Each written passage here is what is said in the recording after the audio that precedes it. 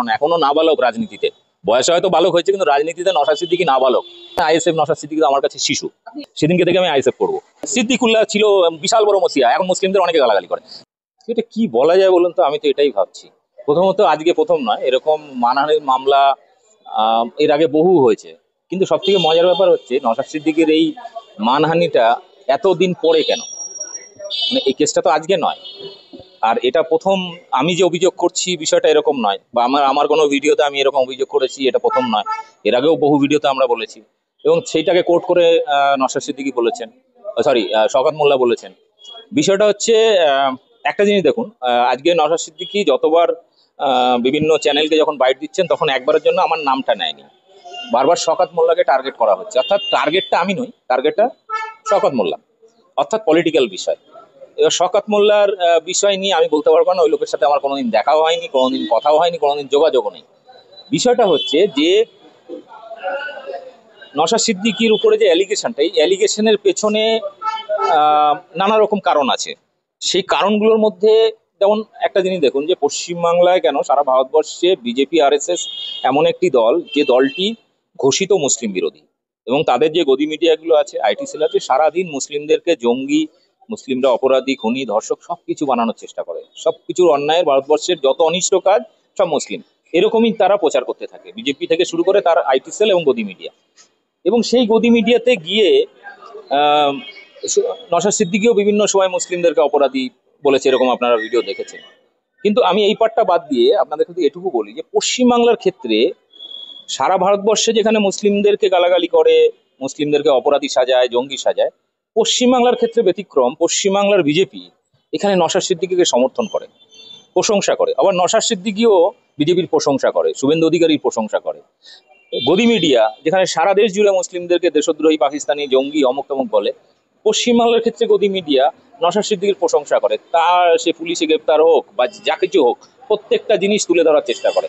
এবং সেই গদি মিডিয়ায় গিয়ে আবার নওশাদ সিদ্দিকী আবার মঞ্চ আলো করে সেখানে মুসলিমদেরকে অপরাধী, ক্রিমিনাল ইত্যাদি বলছে। আবার বলছে যে গুজরাটের মতো দাঙ্গা কবলিত জায়গায় মুসলিমরা ভালো আছে, বাংলায় নাকি ভালো নেই। ফলে এই যে একটা হিন্দু মুসলিম মেরুকরণের পলিটিক্স, যেটা একদিকে হিন্দুদেরকে পোলারাইজেশন করছে শুভেন্দু অধিকারী, ঠিক উল্টো দিকে মুসলিমদেরকে পোলারাইজেশন করছে, যে প্রচার করছে মুসলিমরা এখানে বিপদে আছে, শুভেন্দু প্রচার করছে এখানে হিন্দুরা বিপদে আছে। অ্যাকচুয়াল বিপদে হচ্ছে এরা। এবং আমি এখানে একটা বলি, মানহানির যদি মামলা করতে হতো, তাহলে যেদিনকে শুভেন্দু অধিকারী বিধানসভা গেটের সামনে দাঁড়িয়ে বলেছিল যে বিধানসভা থেকে মুসলিম এমএলএদের চ্যাংদোলা করে তুলে বাইরে ফেলে দেবে, সেদিনকে যদি মানহানির মামলা করত নওশাদ সিদ্দিকী, আমি সেলুট করতাম ওকে। কিন্তু সেটা করেনি। এমনকি বারবার রাজ্য সরকারের পুলিশের বিরুদ্ধে, রাজ্য সরকারের বিরুদ্ধে অভিযোগ করে শুভেন্দু এত সাম্প্রদায়িক উস্কানি দিচ্ছে, এত উল্টোপাল্টা কথা বলছে, তার বিরুদ্ধে কেন মামলা হচ্ছে না, কেস হচ্ছে না। সে ভালো করে জানে যে সে রক্ষা কবচ নিয়ে রেখেছে, আইনি রক্ষা কবচ নিয়ে রেখেছে। কারণ আপনারা জানেন, কিছুদিন আগে রাজ্য জুড়ে 100-র বেশি এফআইআর হয়েছিল শুভেন্দু অধিকারীর বিরুদ্ধে। সেখানে রাজশেখর মান্তা বিচারপতি, তিনি বলেছেন আমার পারমিশন ছাড়া কোনো এফআইআর হবে না। অর্থাৎ তিনি প্রোটেকশন দিয়ে রেখেছেন। এত কিছু জানার পরও সেই লোকের সামনে বলে কেন একই অপরাধে আমি গ্রেপ্তার হচ্ছি, শুভেন্দু কেন হচ্ছে না। এগুলো বাচ্চা বলানো কথাবার্তা, মুখরোচক। ওই মলম বিক্রেতাদের মতো, ট্রেনে যেমন মলম বিক্রেতারা খুব যুক্তিসঙ্গত কথা বলে, মানুষের দৃষ্টি আকর্ষণ করে, সেম একই রকম। বিষয়টা হচ্ছে সম্মানহানির ব্যাপারটা এত লেটে কেন জাগলো? এর আগেও আমি দেখেছি আমার বিরুদ্ধে মানহানির মামলা হয়েছে, আজকে নয়, এর আগে বহু হয়েছে। এটা সম্ভবত 32 কি 33 নম্বর কেস হবে। তো বিষয়টা হচ্ছে মানহানিটা এদের অনেক দেরিতে জাগে। কখন জাগে? যখন সে মনে করে যে এটা দিয়ে আমি বিরোধীদের কারোর যারা সমালোচক আছে তাদের মুখটা বন্ধ করতে পারবো। তো গত 1.5 মাস না 2 মাস আগে সম্ভবত শওকত মোল্লা বলেছিলেন কোনো মঞ্চে, বা তারও আগে আমি বলেছিলাম, তারও আগে আমি ছাড়াও বহু লোক যারা আইএসএফ এর প্রথম দিন থেকে আইএসএফ এর সঙ্গে রয়েছে, সেই সমস্ত নেতারা যখন আইএসএফ ছেড়ে দিয়েছে তাদের ইন্টারভিউগুলো আপনারা দেখে নেবেন। যারা যারা আইএসএফ ছেড়েছিল, যারা প্রথম সিরিজের নেতা, এবং তারা আতিপাতি কর্মী নয়, প্রথম ছেড়ে গেলে অন্য দলে বলবে, দেখছেন না আপনি প্রস্তাব বাপসি কি বলছে?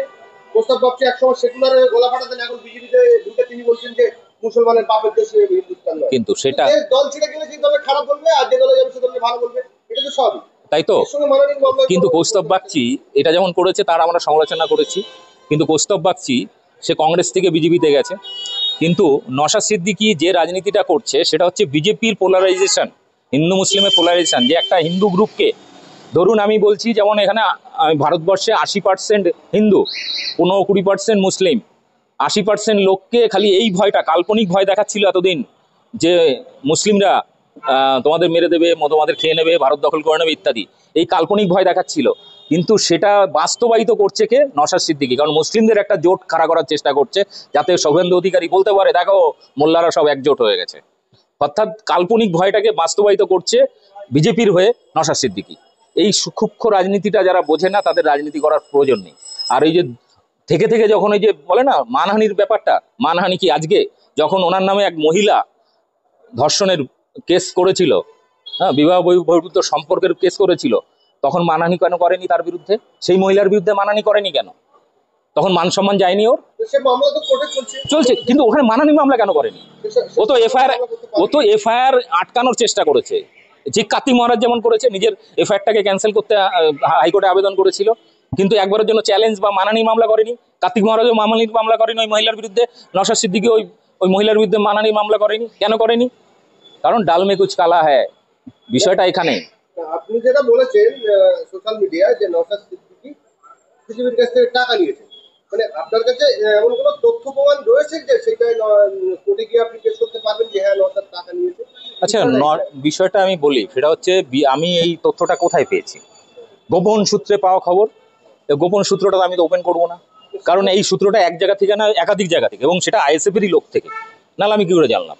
এবং শুধু আমি তো জানিনি, এই একই জিনিস আপনি একটু খোঁজ নেন, আইএসএফ এর যারা প্রথম সিরিজের নেতা ছিল, যারা দল ছেড়েছে কিংবা দলেও আছে, এমনকি সেই সময় বিজেপির সংখ্যালঘু মোর্চা যে সমস্ত নেতারা ছিল, সেই সমস্ত সংখ্যালঘু নেতাদের সাথে কারোর পরিচয় থাকলে তাদের সাথেও কথা বলে দেখবেন যে কাদের সাথে কার, বিজেপির সাথে কখন কার সাথে সেটিং হয়েছে, কোথায় গিয়ে বসেছিল, কার সাথে মিটিং হয়েছিল, কোন হোটেল, অমুক তমুক, তাদের কাছে ডিটেল পেয়ে যাবেন। আমার কাছে দরকার নেই, বিজেপি মুসলিম মোর্চার নেতাদের কাছে জিজ্ঞেস করুন। মামলা তো আপনার নামে এবং শওকত মোল্লার নামে হয়েছে। শওকত মোল্লা কি করবে বুঝতে পারবেন, আপনি আমার সামনে রয়েছেন। তো বিষয়টা হচ্ছে একটাই যে আপনি কি এই মামলা তথ্য প্রমাণ দিয়ে নওশাদ কোর্টে দাঁড়াবেন, না আপনি ক্ষমা চেয়ে নেবেন যে আমি ভুল বলেছি? সাংবাদিকরা ভুল স্বীকার করে, আমি তো সেরকম কোনো এভিডেন্স দেখিয়ে বলিনি যে এই দেখো এভিডেন্স। আমি বলেছি আমার কাছে যা খবর ছিল সেই অনুযায়ী বলেছি, গোপন সূত্রে খবর।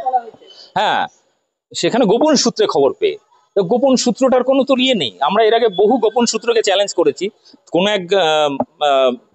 কোনো এক সাংসদ বা কোনো এক নেতা বলেছিল এই গদি মিডিয়ার গোপন সূত্র হচ্ছে মূত্রের সমান।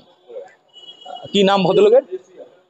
তো এরকম মানে এই যে যদি গদি মিডিয়া কোনো নেতাকে বালি চোর, কয়লা চোর, অমুক চোর, তমুক চোর আখ্যা দিয়ে, আবার অনেক রাজনৈতিক নেতা সরাসরি মঞ্চ থেকে তাকে বালি চোর, আচ্ছা তাদের কাছে কি হাতে প্রমাণ আছে? নেই।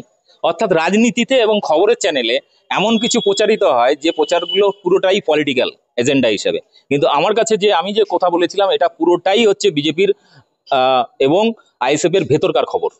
আপনি যে কথাটা বলেছেন যে নওশাদ সিদ্দিকী টাকা বিজেপির কাছ থেকে নিয়েছে, হ্যাঁ, তো আপনি কি সেই কথা আছেন এখনো? হ্যাঁ, অস্বীকার করার কি আছে? এটা তো নতুন কিছু নয়। আমার কাছে খুঁজলে, কি বলেছিলেন একবার দর্শকদের জন্য একবার রিপিট করে বলুন। আমার কাছে খবর আছে যে এরকম 30 কোটি টাকা নিয়েছে, আইএসএফ এর লোকই বলেছে। 3000 কোটি বলেছিলেন। হ্যাঁ, তো তিনি তো 30 কোটি টাকায় খুশি নন, এখন তো রেট বেড়ে গেছে। তিনি এখন বলছেন 3000 কোটি টাকা হলে নাকি তাহলে ভাববো নেবো কি নেবো না।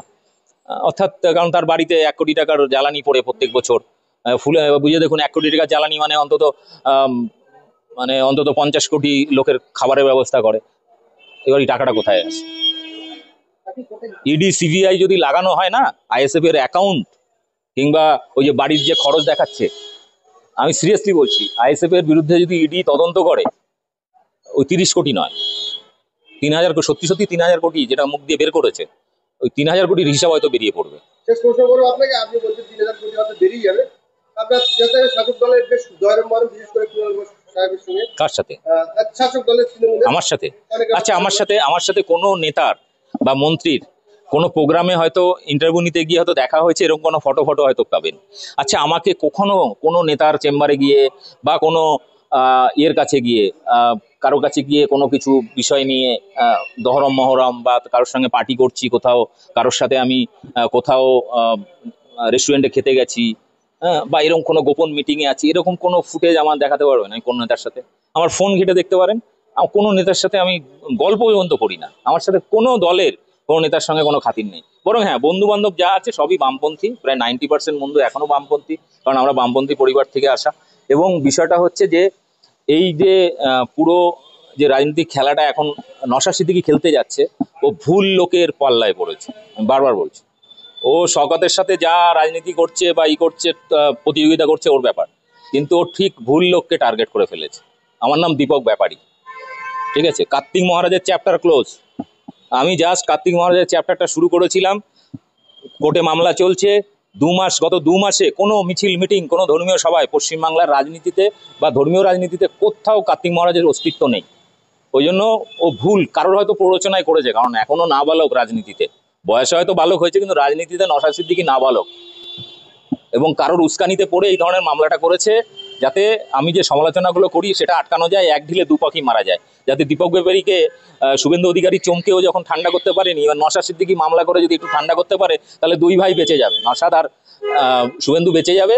এই কারণেই মানে বিজেপিকে আর আইএসএফ নিজেদেরকে সেভ করার জন্য এটা করেছে।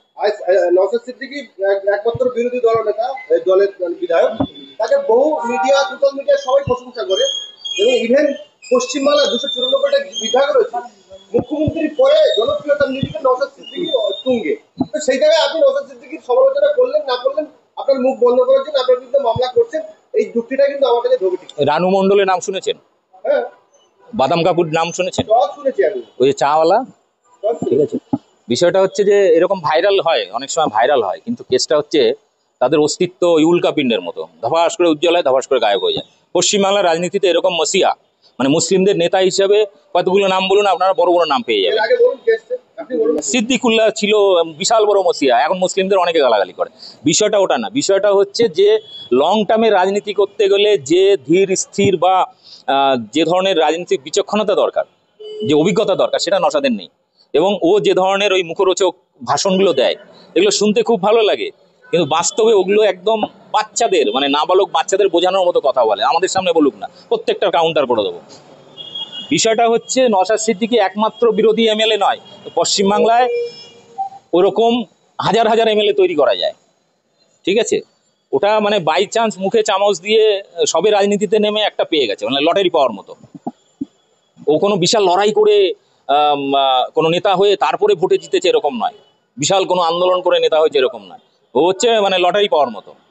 কিন্তু বিষয়টা হচ্ছে এটার লংজিভিটি খুব কম, কারণ গত কয়েক বছরে নওশাদ সিদ্দিকীর এবং আইএসএফ এর ভেতরকার নারী গঠিত আর্থিক কেলেঙ্কারি থেকে শুরু করে একাধিক অভিযোগ আছে, একজন দুজন নয়, বহু এরকম অভিযোগ আছে, যেগুলোর ফয়সলা নওশাদ সিদ্দিকী করতে পারেনি। তারা দুঃখে পার্টিগুলো ছেড়ে দিয়ে বেরিয়ে গেছে। পুরনো কজন আছে আমাকে দেখাতে পারেন আইএসএফ পুরনো মুখ? ওই হাতের গোনায় এক দুজন। তাহলে সেই সেই সেই এগুলো কি আপনি ফাঁস করবেন? যে কেলেঙ্কারিগুলো নওশাদ সিদ্দিকী যদি মানে বুদ্ধিমান হয়, যদি আমাকে না ঘাটায়, তাহলে বেঁচে যাবে। আর যে নওশাদ সিদ্দিকী যদি আমার সঙ্গে সত্যি সত্যি চ্যালেঞ্জে আসে, কারণ এই ধরনের আইনি ফাইট আমি বহু করেছি এর আগে। আর বিষয়টা হচ্ছে যে বিজেপির মতো দলকে নাকানি চুবানি খাইয়েছি এত বছর ধরে, আর সেখানে আইএসএফ নওশাদ সিদ্দিকী তো আমার কাছে শিশু। আসলে আপনি কোন দলটা করেন? আমি কোনো দল করি না, আমি বরং রাজনীতিকে ব্যবহার করতে শিখি। রাজনীতিকে মাঠে খেলতে গেলে, ফুটবল খেলতে গেলে আমি ব্যবহার করি।